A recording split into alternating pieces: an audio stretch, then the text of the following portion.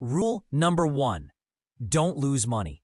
Rule number 2, never forget rule number 1. Warren Buffett. कभी सोचा रहे कि स्टॉक मार्केट में पैसा बनाना कितना आसान लगने के बावजूद इतना मुश्किल क्यों होता है? हर कोई कहता है स्टॉक मार्केट लॉन्ग टर्म में ग्रो करता है, लेकिन प्रैक्टिकली ज्यादातर लोग नुकसान ही करते हैं। तो सवाल है, क्या यह किस्मत का खेल है या कोई रूल है जिसे समझने की जरूरत है? यही रहस्य खोलती है फिल टाउन की bestseller audio book. Rule number 1, investing. यह किताब एक ऑर्डिनरी आदमी की कहानी है जो एक समय पर एक रिवर गाइड था, यानी एक साधारण नौकरी वाला इंसान, लेकिन बाद में करोड़ों डॉलर का निवेशक बन गया। फिल टाउन की फिलॉसफी सिंपल है, अगर आप थोड़ी पेशेंस, सही माइंडसेट और कुछ बेसिक टूल्स सीख लें तो आप खुद अपने पैसे को मल्टीप्लाई कर सकते हैं। और सबसे जरूरी बात, आपको वॉल स्ट्रीट एक्सपर्ट बनने की जरूरत नहीं है। रूल नंबर 1, इन्वेस्टिंग क्या है? इस किताब का कोर मैसेज है, इन्वेस्टिंग कॉम्प्लिकेटेड नहीं है, बस इमोशंस और इग्नोरेंस से बचना है। फिल टाउन कहते हैं कि ऑर्डिनरी लोग, teachers, doctors, students, middle class employees सब निवेश करना सीख सकते हैं। अगर आप कुछ बेसिक रूल्स फॉलो करें तो आप अपने लिए एक फाइनेंशियली फ्री लाइफ बना सकते हैं। इस ऑडियो बुक में फिल टाउन ने वॉरेन बफेट, चार्ली मंगर और बेंजामिन ग्राहम जैसे लेजेंडरी इन्वेस्टर्स की स्ट्रैटेजीज को सिंपल ह्यूमन लैंग्वेज में समझाया है। उन्होंने बताया कि रूल नंबर 1 इन्वेस्टिंग का मतलब है ऐसे बिजनेस में इन्वेस्ट करो जिसे तुम समझते हो, जिसे तुम पसंद करते हो और जो लंबे समय तक टिक सकता है। ये किताब सिर्फ इन्वेस्टिंग की बातें नहीं करती, ये आपके माइंडसेट को भी बदलती है, कैसे आप कंज्यूमर से इन्वेस्टर बन सकते हो। की टेकअवेज, मुख्य सीखे। चलो अब स्टेप बाय स्टेप समझते हैं कि इस ऑडियो बुक से हमें क्या क्या सीखने को मिलता है। Bio. Lesson 1, rule number 1, don't lose money. Phil Town कहते हैं कि सबसे पहला और आखिरी रूल है पैसा मत खोना, क्योंकि जब आप पैसा खो देते हैं तो कंपाउंड इंटरेस्ट की जादुई शक्ति खत्म हो जाती है। एग्जाम्पल, अगर आपने 1 लाख रुपए इन्वेस्ट किया और 50% लूज किया तो अब आपके पास 50,000 रुपए बचे, लेकिन फिर 50% रिटर्न कमाकर भी आप वापस 1 लाख रुपए नहीं पहुंचते। आपको 100% रिटर्न चाहिए, यानी नुकसान से बचना गेन करने से ज्यादा जरूरी है। इसीलिए फिल कहते हैं, investing is not about being risky, it's about being smart and patient. Lesson 2, be the owner not the trader. बहुत लोग स्टॉक को ट्रेडिंग आइटम समझते हैं, लेकिन बफेट और फिल दोनों कहते हैं buy a business not a stock. यानी जब आप किसी कंपनी का शेयर खरीद रहे हैं तो सोचिए आप उस बिजनेस के हिस्सेदार बन रहे हैं। एग्जाम्पल, अगर आप HDFC बैंक का स्टॉक लेते हैं तो ऐसे सोचिए कि आप उसका दो सफर एक सत पद पर ओनर। अब सवाल है, क्या आप उस बिजनेस को समझते हैं? क्या आप उस पर भरोसा कर सकते हैं? अगर जवाब हाँ है, तभी इन्वेस्ट कीजिए। लेसन 3, अंडरस्टैंड द मोट, प्रोटेक्टिव एडवांटेज। फिल टाउन ने मोट कॉन्सेप्ट बहुत ही सिंपल तरीके से समझाया है। मोट मतलब वो दीवार जो किसी कंपनी को उसके कंपेटिटर्स से बचाती है, जैसे कोका कोला का ब्रांड मोट, एप्पल का इकोसिस्टम मोट और अमेज़न का लॉजिस्टिक्स मोट। अगर किसी कंपनी के पास मोट नहीं है तो मार्केट कंपटीशन उसे खा जाएगा। फिल कहते हैं, invest only in companies that have a durable competitive advantage. Lesson 4, know the big 4 numbers. अब आते हैं टेक्निकल पार्ट पर। फिल टाउन ने 4 की फाइनेंशियल इंडिकेटर्स बताए हैं जो हर इन्वेस्टर को देखना चाहिए। 1, return on invested capital, ROIC। Company पैसे को कितना एफिशिएंटली यूज कर रही है। आइडियल 10% या उससे ज्यादा। 2, अर्निंग्स पर share, EPS। Profit growth steady है या नहीं। 3, सेल्स ग्रोथ। सेल्स हर साल बढ़ रही है या नहीं, कम से कम 10 साल का trend. 4, equity and debt. Company ज्यादा उधार में तो नहीं है। फिल कहते हैं, अगर ये चारों इंडिकेटर्स स्टेबल और कंसिस्टेंट हैं तो वो कंपनी फाइनेंशियली साउंड है। Lesson 4, know the big 4 numbers. अब आते हैं टेक्निकल पार्ट पर। फिल टाउन ने 4 की फाइनेंशियल इंडिकेटर्स बताए हैं जो हर इन्वेस्टर को देखना चाहिए। 1, return on invested capital, ROIC। Company पैसे को कितना एफिशिएंटली यूज कर रही है। आइडियल 10% या उससे ज्यादा। 2.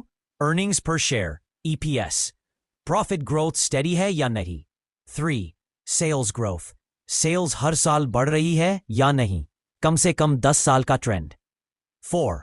इक्विटी एंड डेट, कंपनी ज्यादा उधार में तो नहीं है। फिल कहते हैं अगर ये चारों इंडिकेटर्स स्टेबल और कंसिस्टेंट हैं तो वो कंपनी फाइनेंशियली साउंड है।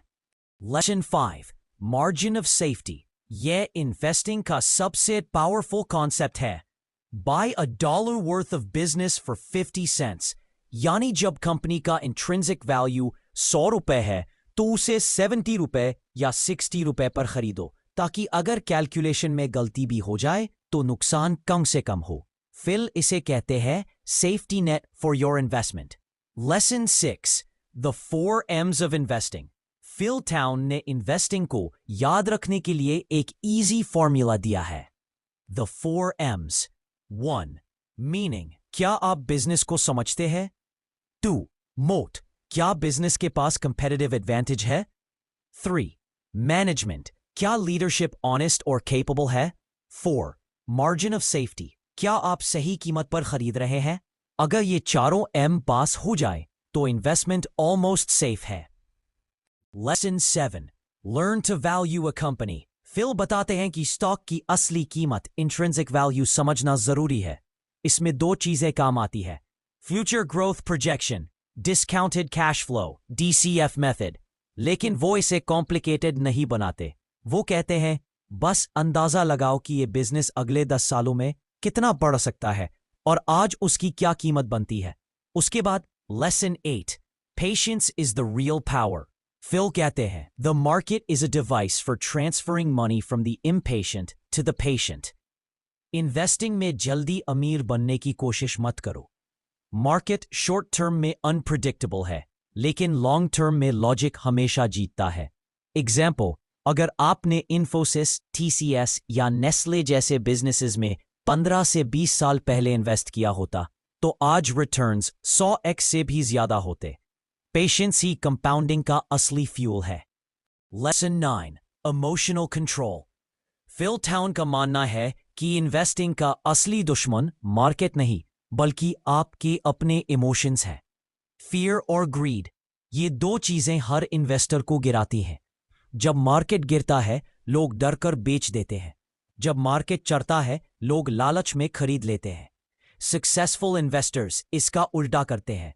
B fearful when others are greedy and be greedy when others are fearful. Buffett.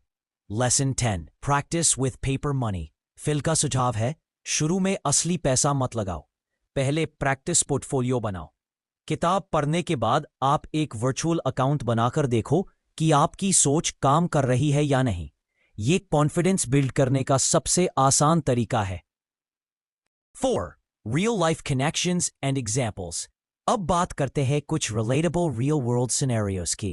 Example 1. Middle class employee से investor तक। मान लीजिए आप एक जॉब करते हैं, हर महीने थोड़ा बचत करते हैं। आप सोचते हैं स्टॉक मार्केट रिस्की है, लेकिन अगर आप फिल टाउन के 4 M's फॉलो करें, मीनिंग, मोट, मैनेजमेंट, मार्जिन ऑफ सेफ्टी, तो आप बिना किसी एक्सपर्ट एडवाइस के खुद अपने पैसे को ग्रो कर सकते हैं। 5 साल बाद आपका 1 लाख रुपए का इन्वेस्टमेंट 3 लाख रुपए बन सकता है, सिर्फ डिसिप्लिन और पेशेंस से। Example 2. Netflix Blockbuster. Phil Town का कॉन्सेप्ट मोट नेटफ्लिक्स के केस में परफेक्टली दिखता है। ब्लॉकबस्टर एक टाइम पर वीडियो रेंटल जायंट था, लेकिन नेटफ्लिक्स ने टेक्नोलॉजी और कस्टमर कन्वीनियंस से ऐसा मोट बनाया कि ब्लॉकबस्टर खत्म हो गया। मॉरल, मार्केट बदलता है, मोट बनाओ वरना खत्म हो जाओ। Example 3. Warren Buffett simplicity. Buffett कहते हैं कि वो सिर्फ उन बिजनेसेस में इन्वेस्ट करते हैं जिन्हें वो समझते हैं। Coca Cola, Dairy Queen, See's Candies, simple products, loyal customers, predictable earnings. Phil Town भी यही सिखाते हैं। अगर आप 10 मिनट में बिजनेस एक्सप्लेन नहीं कर सकते तो इन्वेस्ट मत करो। Example 5. Conclusion. The heart of rule number 1. Phil Town's rule number 1 is not just a finance book. It's a side project of life and business. ये एक लाइफ फिलॉसफी है। ये सिखाती है कि इन्वेस्टिंग का मतलब नंबर्स नहीं, अंडरस्टैंडिंग और पेशेंस है। आपको बस ये समझना है, क्या मैं बिजनेस को जानता हूं? क्या मैं उस पर भरोसा कर सकता हूं? क्या मैं इसे सही कीमत पर खरीद रहा हूं? अगर हाँ, तो आप ऑलरेडी एक रूल नंबर 1 इन्वेस्टर हैं। फिल टाउन की सबसे इंस्पायरिंग लाइन है, you don't need to be rich to start investing, you need to start investing to get rich. तो आज से तय करें, अब हम अपने पैसे को काम पर लगाएंगे, क्योंकि money doesn't grow by saving, it grows by understanding. Final thought, investing isn't about beating others at their game, it's about controlling yourself at your own game. Phil Town। हर बार जब मार्केट डराए या लालच दिखाए, बस ये याद रखिए, rule number 1, don't lose money. Rule number 2, never forget rule number 1। और बस यही है रूल नंबर 1 इन्वेस्टिंग की कहानी, एक ऑर्डिनरी इंसान की एक्स्ट्रॉर्डिनरी फाइनेंशियल फ्रीडम की जर्नी।